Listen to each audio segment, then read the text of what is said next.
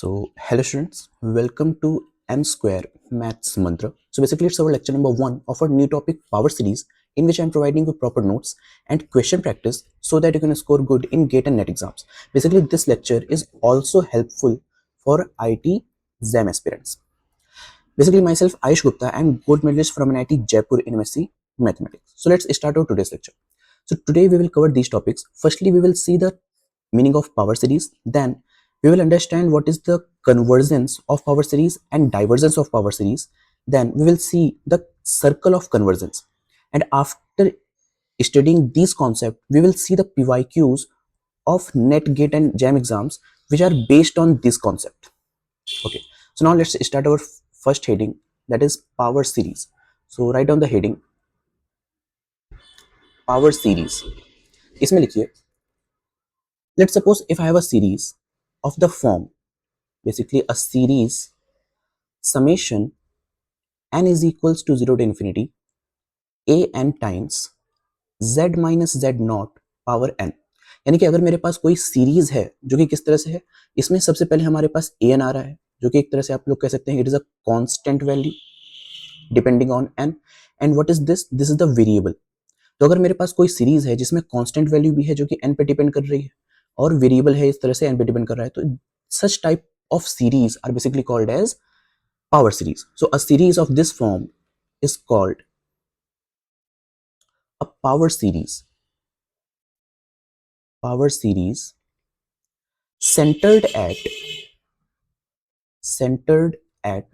z is equals to z not point. Means यहाँ पर जो हमारे पास z नॉट पॉइंट है, हम लोग क्या कहेंगे कि जो हमारे पास सीरीज है वो किस पॉइंट पर सेंटर्ड है, z नॉट पॉइंट पर सेंटर्ड है. For example, let's suppose if I have taken a series n is equals to 0 to infinity n plus 1 divided by 2 times z minus 2 whole power n. It is like this. तो यहां पर हमारे पास देखिए ये क्या हो जाएगा, this becomes an and this becomes z minus z naught. So in this case z naught हमारे पास क्या हो गया, it is 2. तो मैं बोल सकता हूं कि यहां पर ये जो सीरीज है हमारे पास, it is a power series. This is a power series centered at z is equals to 2 point. For example, let's suppose अगर मैंने एक अनदर एग्जाम्पल लिया जिसमें हमने ये कहा कि आई have a series n is equals to 0 to infinity and we have n by 2 की whole power square, let's suppose like this, into z power n. So in this case what we will say, that this is a power series, this is a power series centered.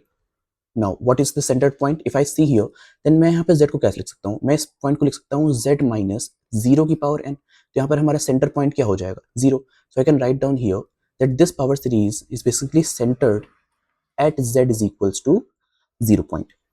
Clear? So in this way I can define my power series. Now let's write down the next concept. What's the next concept we have? It is about the convergence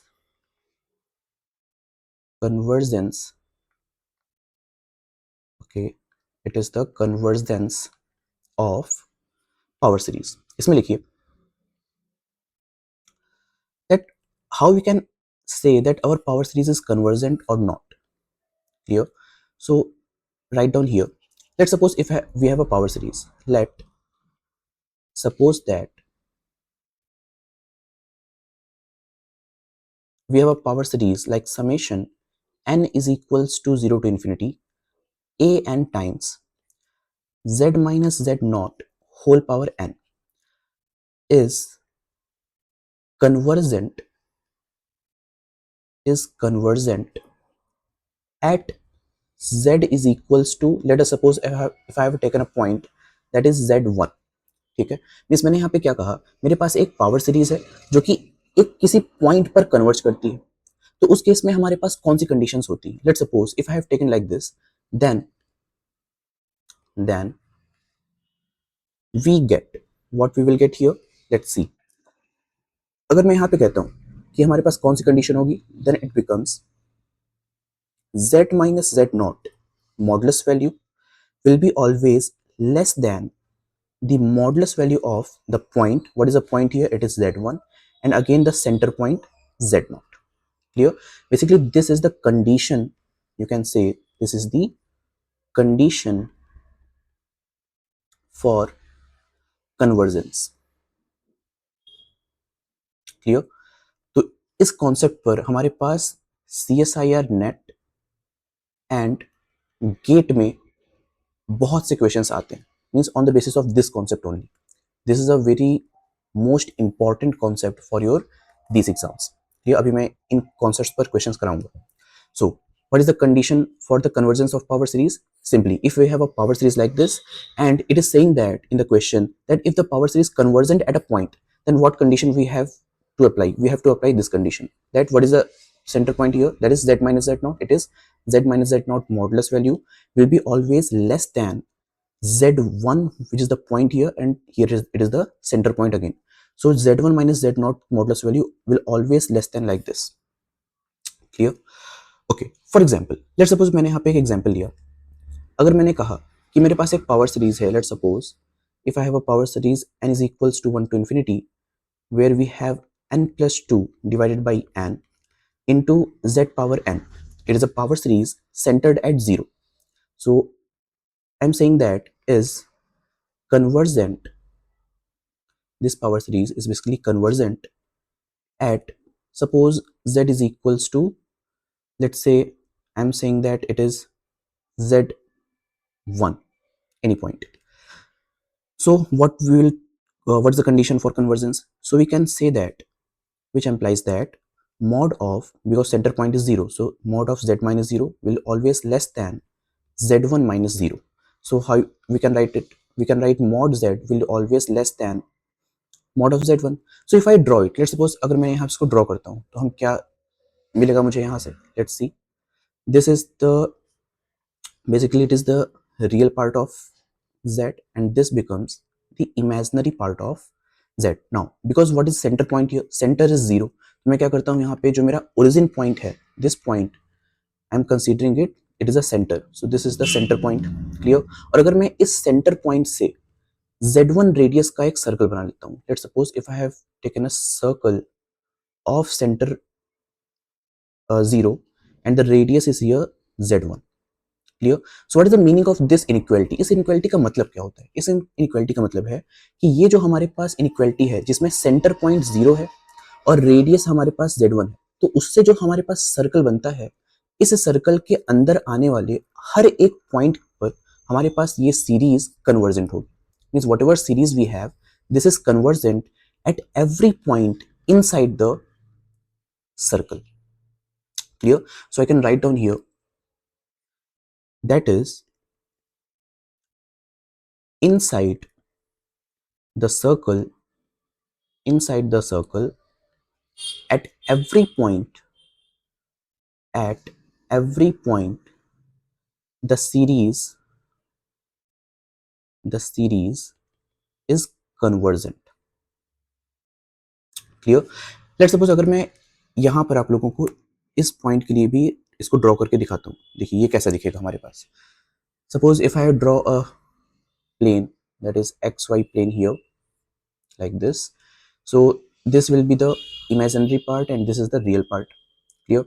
और यहाँ पे हमारा centre point क्या है? Centre point है z0. Let's suppose मैं कोई अपना एक पॉइंट मान लेता हूँ z0. Is the centre point. What is the radius? So radius will be here. This is the radius for us. So let's suppose मैंने यहाँ पे कोई रेडियस मान लिया लाइक दिस. क्लियर? तो इस तरह से हम इसको एक सर्कल ड्रॉ कर सकते हैं with the help of this radius. तो अगर मैंने इस रेडियस से एक सर्कल ड्रॉ किया तो इसके अंदर भी जितने भी पॉइंट्स हमारे पास आ रहे हैं, इन सब पॉइंट्स के लिए हमारे पास जो ये सीरीज है, ये सीरीज इज हमेशा हमारे पास क्या होगी? कन्वर्जेंट होगी inside this circle. But what about this boundary? देखिए हमने अभी सिर्फ सर्कल की बात किया है, मैंने बाउंड्री की बात नहीं की. क्या मैं ये बोल सकता हूँ कि ये जो हमारे पास सर्कल की बाउंड्री है इस पर भी हमारा सीरीज कन्वर्जेंट होगा? नहीं. क्यों? क्योंकि देखिए इनइक्वालिटी क्या है? इनइक्वालिटी में हमारे पास सिर्फ और सिर्फ लेस देन साइन का यूज किया गया है, यानी कि इनसाइड. अगर मैं यहाँ पर इस इनइक्वालिटी में लेस देन के साथ साथ इक्वालिटी को भी लगा देता हूँ, if we have equality then we can say that on boundary, that boundary points are also convergent points, यानी कि बाउंड्री पर भी हमारे पास सीरीज कन्वर्जेंट हो जाएगी। बट क्योंकि मैंने यहाँ पर क्या यूज किया है, we do not have use the equality sign, that's why हम बाउंड्री पर कुछ नहीं कह सकते। लेट्स सपोज अगर मैं इस बाउंड्री वाले पॉइंट को एक नोट में आप लोगों को लिखा देता हूँ, so write down a note down here, if mod of z minus z naught is equal or less than z1 minus z naught, a condition, we will say that this condition satisfied, then the boundary points, then the boundary points of the circle are also included. Clear? कि अगर मेरे पास जो circle है, अगर वो boundary points को भी include करता है, then we will use the equality sign here. Clear? Okay, so this is the concept of basically convergence of power series. Now right on the next concept, इसमें लिखिए divergence of power series. So write down in this heading, basically इसमें क्या concept होता है, तो इसमें लिखिए, let's suppose if I have a series summation n is equals to 0 to infinity, I have taken a general series that is an times z minus z naught power n, and it is basically divergent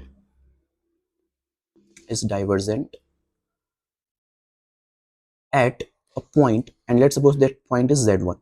If it is divergent at point z1, then in that case what is the condition?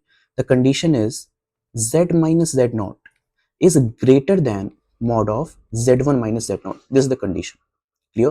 Convergence में हमारे पास क्या condition थी कि convergence में हम हमेशा less than sign का यूज करते थे. Let's see, in convergence we have used the sign which is less than, but in divergence what we have used, in divergence we have used greater than sign. This is the difference. तो इसको हम लोग अगर कोई example से देखते हैं, let's suppose for example अगर मैंने यहाँ पर एक सीरीज लिया summation n is equals to 1 to infinity and we have n by 2 whole square times z power n. It is a power series और मैं कह रहा हूँ कि ये पावर सीरीज डाइवर्जेंट होगी, is divergent at z is equals to, suppose it is z1 point per, then what we can write, it is z minus 0 because 0 is the center point here, then it is greater than z1 minus 0, so I can write down that mod z is greater than mod of z1.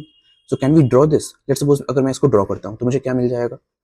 This is the real part of z and this is the imaginary part of z. Let's suppose that is the complex number. Then in this case what is the center? Center is 0, so this will be our center point. और radius क्या हो जाएगा हमारे पास? z1. Let's suppose मैंने क्या किया, इस z1 से एक रेडियस ड्रॉ कर लिया, this radius is our z1. Clear? But now ये हमने सर्कल तो ड्रॉ कर लिया, but what is the equality? देखिए यहाँ पर इनइक्वालिटी क्या यूज हो रहा है, इनइक्वालिटी यूज हो रहा है ग्रेटर देन, यानी कि अब मुझे इस सर्कल के इनसाइड चीजें नहीं देखनी है, अब मुझे क्या देखना है, सर्कल के outside. Clear? whenever z is greater than z1, इसका मतलब मुझे सर्कल के आउटसाइड चीजें को देखना है. तो अगर मैं यहाँ पर लेट्स सपोज सर्कल के आउटसाइड चीजों को देखता हूँ तो मुझे क्या मिल जाएगा, वो सभी z जो कि z1 से बड़े आएंगे, तो वो इस कंडीशन को ही सेटिस्फाई करेंगे, that mod z is greater than mod of z1. Clear? इसका मतलब कि we can say that all the points lies outside the circle. Clear? And let's suppose अगर मैं यहाँ पे इक्वलिटी का भी यूज करता हूँ, like mod z is equal greater than mod of z1, so in this case boundary points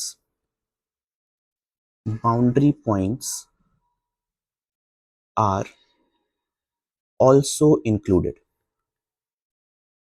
clear? अगर हमारे पास ये कंडीशन भी सेटिस्फाई होती है तो मैं क्या बोल सकता हूँ कि जो हमारे पास सर्कल है, सर्कल के बाउंड्री पॉइंट्स पर भी हमारे पास सीरीज डाइवर्जेंट हो जाएगी. अब मैं यहाँ पे सर्कल के इनसाइड पॉइंट्स के बारे में कुछ नहीं कह सकता. अगर हमारे पास ये कंडीशन सेटिस्फाई होती है then. Clear? Okay, so now and basically this concept is also very helpful for your CSIR NET and GATE PYQs। इस कॉन्सेप्ट पे भी हमने बहुत ढेर सारे क्वेश्चंस देखे हैं एग्जाम में। Okay, so now let right on the next concept, that is circle of convergence. Circle of convergence. Now what is the meaning of this? So let's suppose अगर मैं यहाँ पे बोलता हूँ आपको कि let capital R is the radius of convergence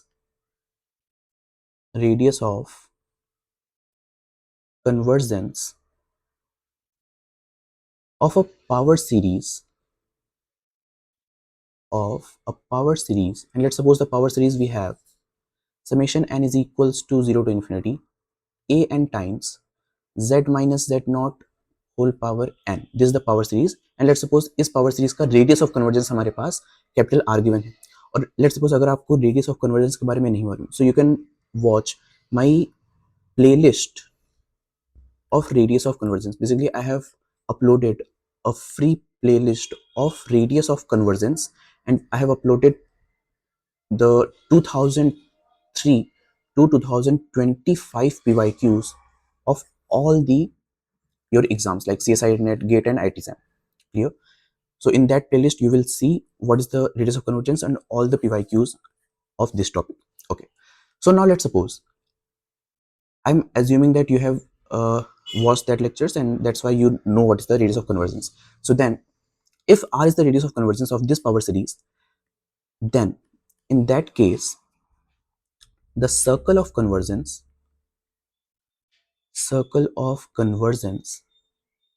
जिसको हम लोग शॉर्ट में क्या बोलते हैं, इसको हम लोग शॉर्ट में बोलते हैं COC. Clear? Circle of convergence को हम लोग क्या बोलते हैं शॉर्ट में, इट इज COC.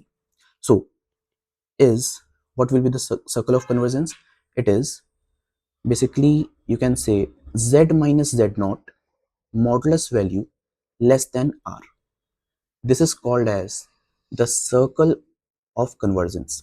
यानी कि ये एक ऐसा सर्कल होता है, इट इज अ सर्कल जिसमें अगर मैं कोई भी पॉइंट लेता हूं इनसाइड द सर्कल देन वो सभी पॉइंट्स पर हमारे पास जो सीरीज होती है वो कन्वर्जेंट होती है। फॉर एग्जांपल लेट्स सपोज मैं इसको ड्रॉ करता हूं तो हमारे पास सेंटर पॉइंट क्या है, centre point is z not is the centre point.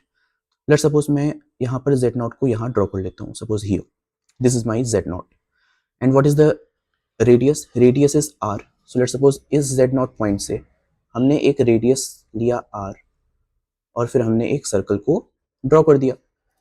Here we have radius r. Clear? So what is the circle of convergence? यानी कि ये हमें एक सर्कल मिला और ये एक ऐसा सर्कल है जिसके हर एक इनसाइड पॉइंट पर अगर मैं कोई भी पॉइंट लेता हूं तो उस हर पॉइंट पर हमारे पास जो सीरीज होगी वो हमेशा कन्वर्जेंट होगी। Clear? So this is called the circle of convergence. Okay, and let's suppose अगर मैं सेम कॉन्सेप्ट यहाँ पे यूज करूंगा, अगर यहाँ पे मैंने इक्वलिटी लगा दिया तो इसका मतलब कि बाउंड्री पॉइंट्स भी इंक्लूडेड हो जाएंगे, अदरवाइज मैं बाउंड्री पॉइंट्स को इंक्लूड नहीं कर सकता। Okay, so now right down the PYQs of these topics. Okay, let's see this question. This question has been asked in June 2011 net exam. So in this question it is given that the power series this converges if this condition. तो यहाँ पे देखिए यहाँ पे कौन सा concept लगेगा, यहाँ कॉन्सेप्ट लगेगा कन्वर्जेंस सर्कल ऑफ कन्वर्जेंस का यानी कि COC. तो what is the condition for the circle of convergence? अगर मैं इस केस में बात करूं तो यहाँ पर हमारे पास सेंटर पॉइंट क्या है, centre is basically z not, हमारे पास जीरो गिवन है because I can see it is z minus zero. So centre हमारे पास क्योंकि जीरो है तो मैं अपने सर्कल ऑफ कन्वर्जेंस की कंडीशन लगा रहा हूँ। What is the condition?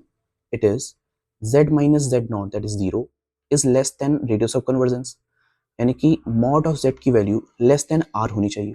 तो हमें क्या चाहिए, हमें रेडियस ऑफ कन्वर्जेंस की वैल्यू फाइंड करनी है। What is the formula for radius of convergence? तो आप लोग उसको मेरे प्लेलिस्ट से देख सकते हैं।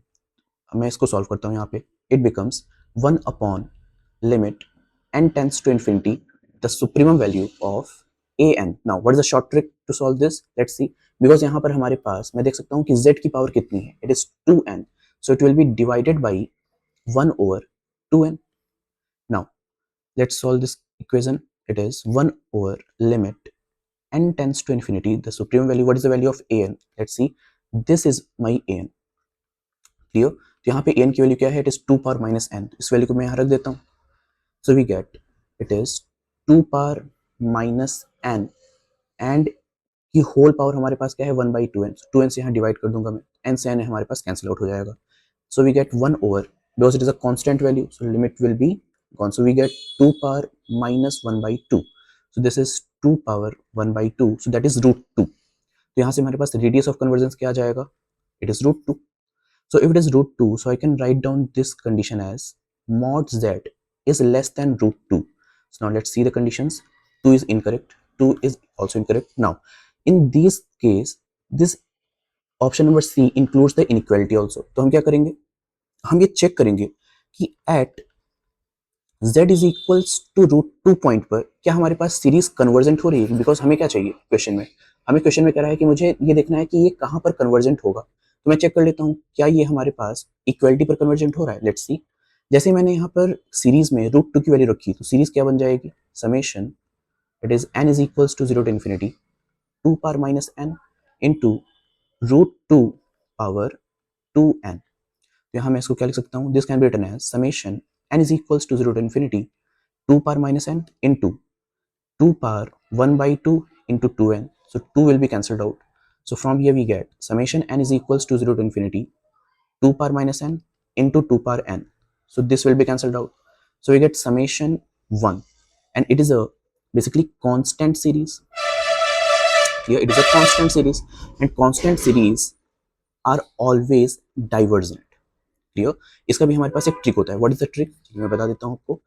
इन दिस केस अगर मेरे पास सपोज कोई सीरीज है जो कि कांस्टेंट सीरीज है, so this series will be convergent if a is equals to 0 and this series will divergent if a is non-zero. तो यहाँ पे देखिए हमारे पास 1 है which is non-zero, so that's why this is a divergent series. So at z is equals to root 2 पर हमें क्या मिल रहा है? डाइवर्जेंट मिल रहा है, यानी कि इक्वलिटी तो होल्ड नहीं करेगी, which means C is incorrect. So correct option is D is my correct answer. Okay. So now let's see the second question. So this question has been asked in December 2011 examination. So in this question it is given that consider the power series this where an is equals to number of divisors of n power 50. Then the radius of convergence of this power series is. So what is given to me? Let's see.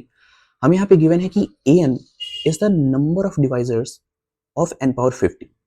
So सबसे पहले मैं इसको लिख लेता हूँ. Let's suppose we have an is, it is number of divisors of n power 50. Clear? तो अब यहाँ पे अगर आपको नंबर ऑफ डिवाइजर्स के बारे में आइडिया नहीं है, so you can watch my playlist of number theory. Clear? So in that playlist there is a separate video of number of divisors, you can watch that. Okay. So what is the concept of number of divisors? अगर हमारे पास मुझे n power 50 का number of divisors निकालना है तो हमारे पास क्या कॉन्सेप्ट होता है? अच्छा, इसको मैं क्या लिख सकता हूँ? Let's suppose it is the number of divisors of n power 50 like this. So number of divisors always equal or greater than 1 and it is always equal or less than n power 50.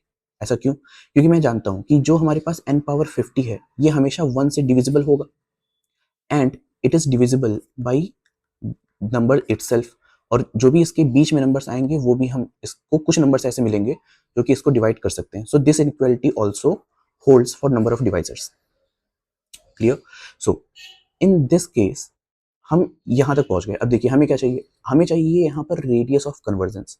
What is the formula of radius of convergence? It is 1 over limit n tends to infinity supremum value an power 1 by n modulus value like this.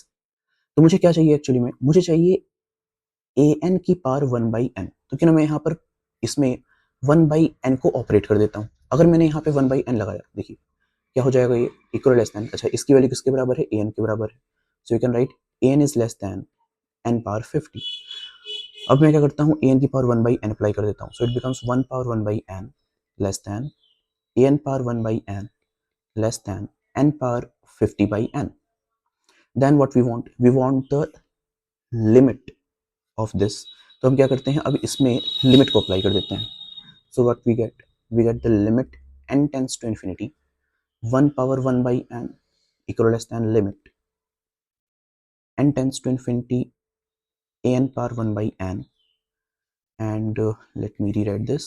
So it is an power 1 by n, which is limit n tends to infinity n power 50 by n. Clear? Okay. Now what we get, अगर मैं यहाँ देखता हूँ, so it is 1, तो इसकी value हमारे पास तो 1 ही आ जाएगी, बिकॉज ये 1 की पावर में हमारे पास. एंड लेट्स सपोज अगर मैं लिमिट रखता भी हूँ, so it becomes 1 by infinity. 1 by infinity means it is actually 0, so 1 power 0 is 1. So in this case we get 1 here, which is equal or less than the limit n tends to infinity an power 1 by n equal or less than. Now what concept is here? Let's see. We are getting here n power 1 by n type function, because what we know that कि अगर हमारे पास n की power 1 by n होता है और वहां पर मैं limit n tends to infinity लगाता हूँ, तो इसकी वैल्यू हमेशा 1 हो जाती है. यानी कि अगर मैं यहाँ पर n पावर 1 by n का यूज करूँ, तो मैं क्या लिख सकता हूँ इसको 1 power 50, and 1 power 50 is always 1. So here also we are getting 1 here. तो क्योंकि हमारे पास दोनों ही इसकी लिमिट्स 1 आ रही है, इसका मतलब क्या हो गया कि limit n tending to infinity an power 1 by n की वैल्यू हमारे पास 1 आ जाएगी. Clear? So now we will put this limit value here. So what we get, it is 1 over 1, so that is r is equals to 1. So option number A is my correct answer in this question. Okay, so now let's see this question. This question has been asked in December 2011 examination. Okay, so in this case it is given that let D, हमारे पास एक set है complex numbers का जहां पर mod of z less than 1 है. यानी कि एक प्रकार से हमें क्या गिवन है, it is a, you can say open disc. Clear? It is a open disc given to me. Then let fn such that from this disk to C be defined by fnz is equals to like this. Okay, so it is given to me that fn is equals to z power n upon n, और उसके साथ साथ हमें जो disc given है D, देखिए वहां पे हमारे पास एक कंडीशन है that is mod z is less than 1. So I can write down this condition also, that mod z is always less than 1, which is it is a unit disk basically. Okay, then for n is equals to 1 to 3 and so on. So the what is the first option? Let's see the option number A. A option में मुझसे बोल रहा है the sequence fnz and f dash z converges uniformly on D. तो जब कभी भी मुझे यहाँ पर देखिए क्या दिया है, it is a sequence of functions. तो sequence of functions जब भी हमें given होता है तो हम लोग क्या यूज करते हैं वहां पर MN test, because what is this? This is the sequence of functions. और sequence of functions की convergence हम कैसे चेक करते हैं? With the help of MN test. Clear? So we will apply the MN test here. सबसे पहले हम क्या करते हैं, हम fn का कन्वर्जेंस चेक करते हैं. So what is the sequence fn? Let's see. This sequence is given to me. It is like z power n upon n. Clear? This is the sequence, and where we can say that n belongs to natural number because it is a sequence. ठीक है, यहाँ पे मैं बोल सकता हूँ कि n हमारे पास natural number. So how we can check the convergence? By MN test. So MN test हम लोग क्या करते हैं, सबसे पहले इसकी लिमिट निकालेंगे. So what is the limit here? That is, you can say f. So limit n tends to infinity of fn, what we will get, it is limit n tends to infinity z power n by n. तो जैसे मैं यहाँ पर क्या लेता हूँ, let suppose मैंने यहाँ पर इन्फिनिटी पुट किया, सो it becomes basically it is 0. Clear? And if it is 0, so we can say because limit is 0, so we can say that basically mod of z power n upon n minus 0, ये value कहां पर tend करेगी? Basically this value converges to 0, because we can say that mod of z हमारे पास क्या है, less than 1. Clear? सो अगर मैं इसको और सॉल्व करके लिखूं आपके लिए, so we can write down like this, that it is nothing but mod of z power n divided by n. Clear? And this is less than 1 by n. Why? और you can say 1 power n by n. और 1 power n क्या होती है? It is nothing but 1 by n. और जैसे ही मैं यहाँ पर n tending to infinity करूंगा, so this value will converge to 0. So I can directly say that कि जो हमारे पास z power n upon n minus 0 है, this value is basically converging to 0 by mn test. So by mn test हम क्या बोल सकते हैं? क्योंकि ये वैल्यू हमारे पास 0 पर कन्वर्ज कर रही है, इसका मतलब which implies that जो सीक्वेंस हम लेके चले थे फंक्शन का is uniformly convergence. Clear? It is uniformly convergent. But यहाँ पर हमारे पास क्वेश्चन में क्या था? क्वेश्चन में हमें एक और सीक्वेंस को देखना है, that is f n dash. तो हम क्या करते हैं? सबसे पहले एफ एन डैश निकाल लेते हैं. चलिए हम इसको यहाँ पर निकाल लेते हैं. Let's see. So how you can derive the f n dash with the help of f n. Let's सी.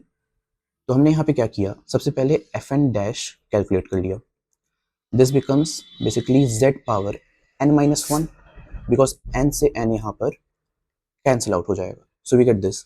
और अगर मैंने एफ एन डैश का एक सीक्वेंस बना लिया like this where n belongs to natural number, so in this case what we will get by mn test. सबसे पहले हम क्या करते हैं? इसकी लिमिट निकालते हैं.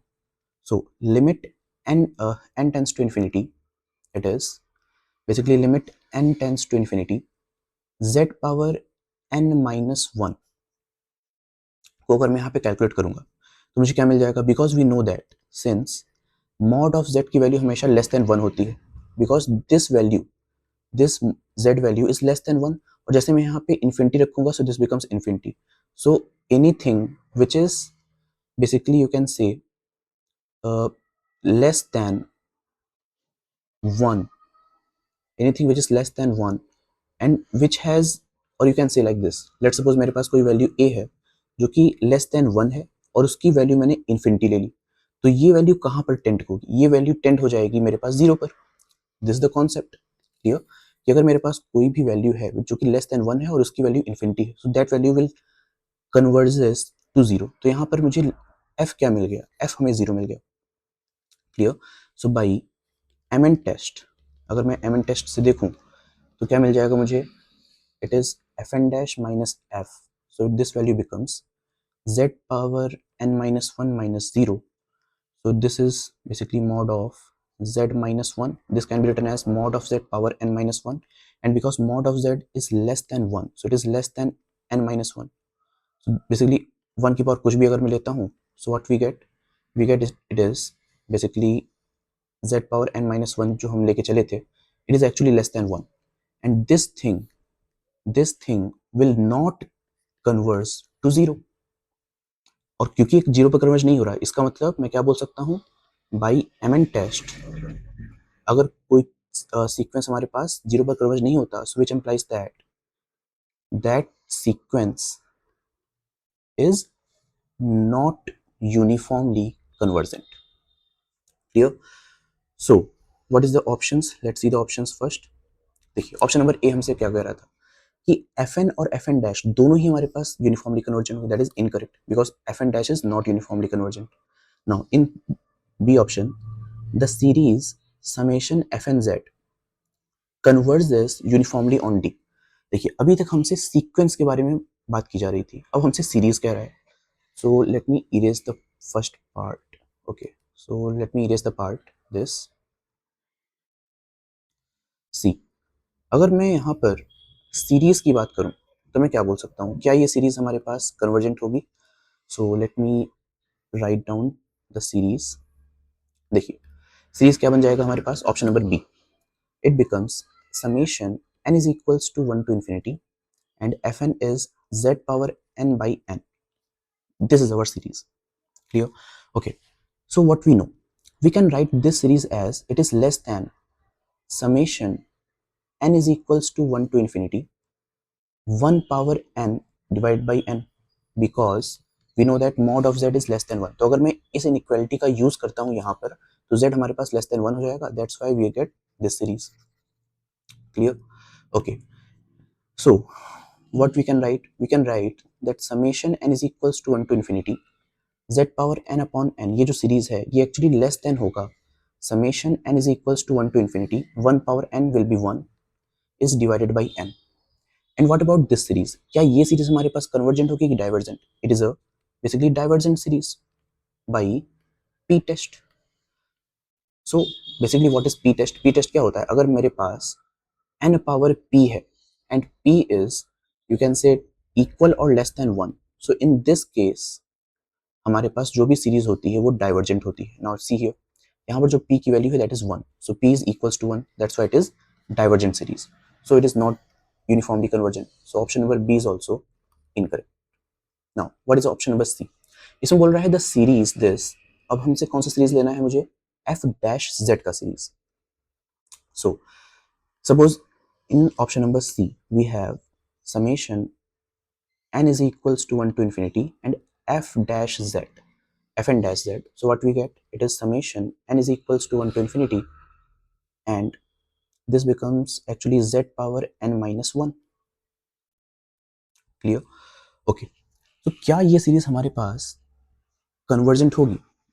Is it a convergent series or divergent? So this value also can be written as like this. It is, you can say, less than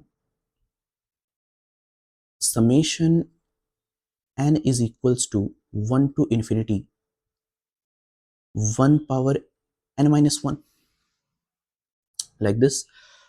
And it is also, you can say, a divergent series because it is also a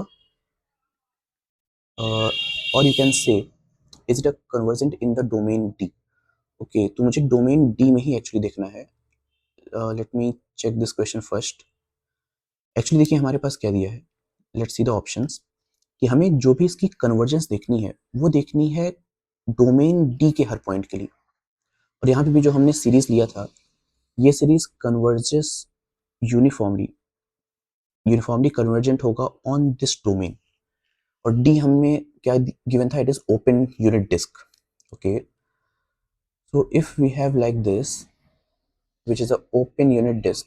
Okay, so we have used the open unit disk case here, that is mod of z is less than 1. Let me recheck this question. So because this is divergent, तो उससे छोटी जो series है वो भी हमारे पास divergent हो जाएगी. सो that's why it is not uniformly convergent. अगर हम इस केस की बात करें तो यहाँ पर भी हमने क्या किया? मॉड ऑफ z की प्रॉपर्टी का यूज किया and we can say that okay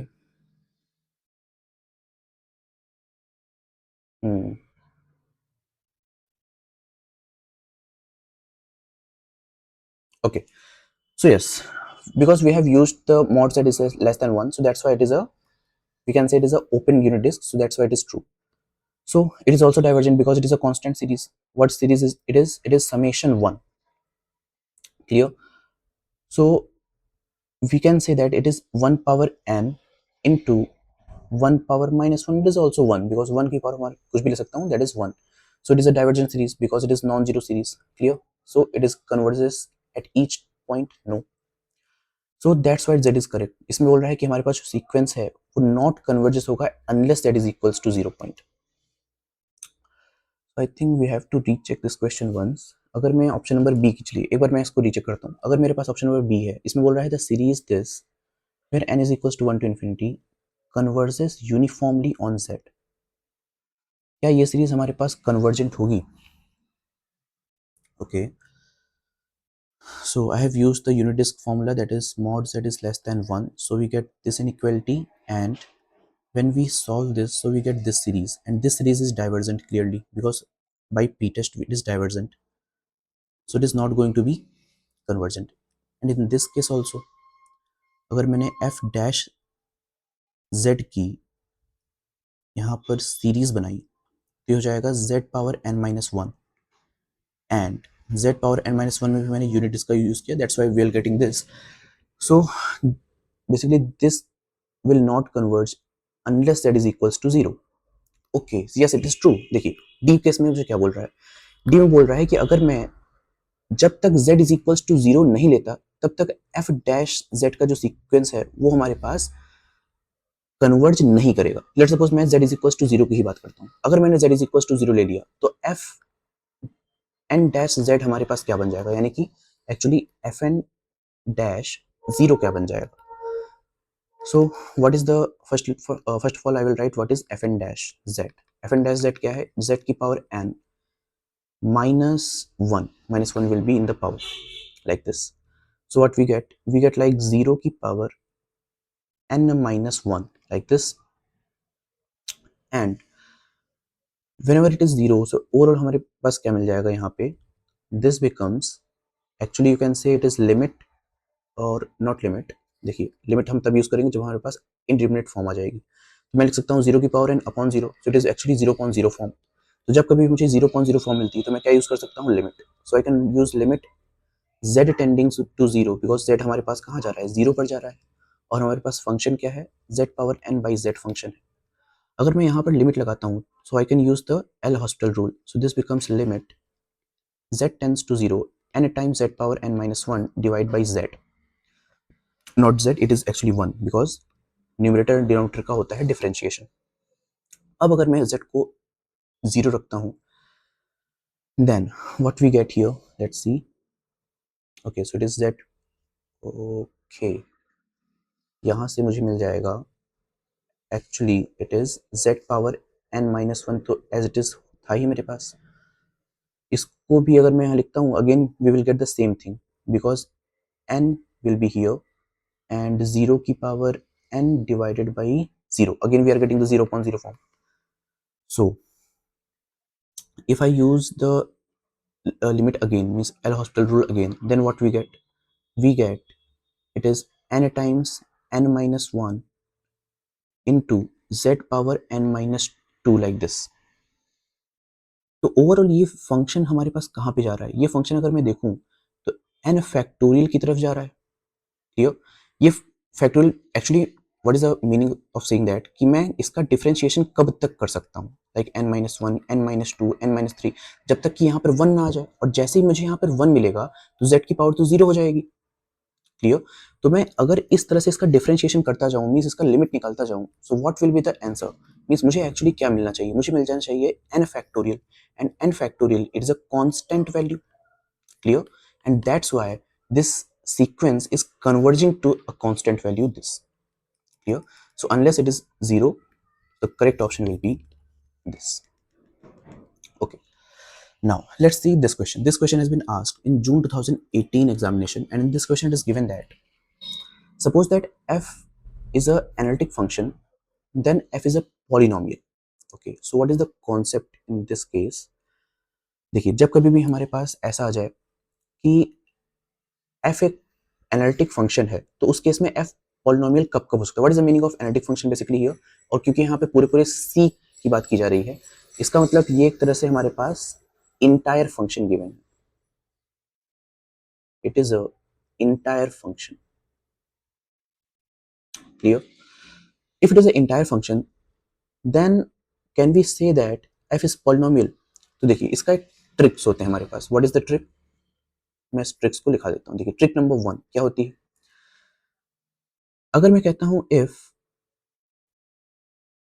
f and f bar are, you can say, entire function,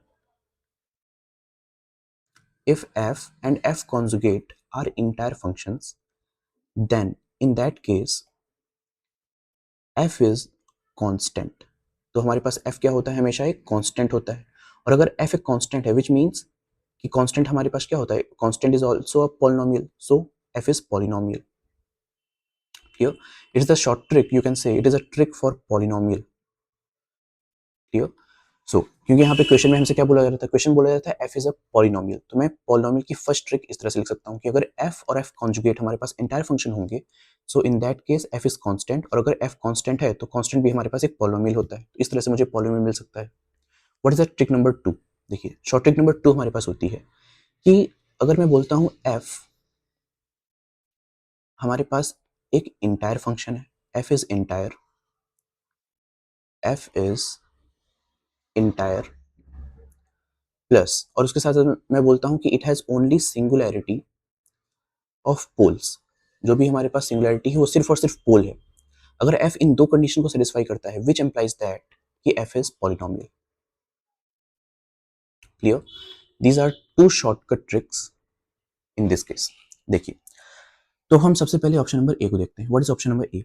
इसमें बोला जा रहा है for any point a belongs to c, if f of z is equals to this in the power expansion at a, then n is 0 at least 1n।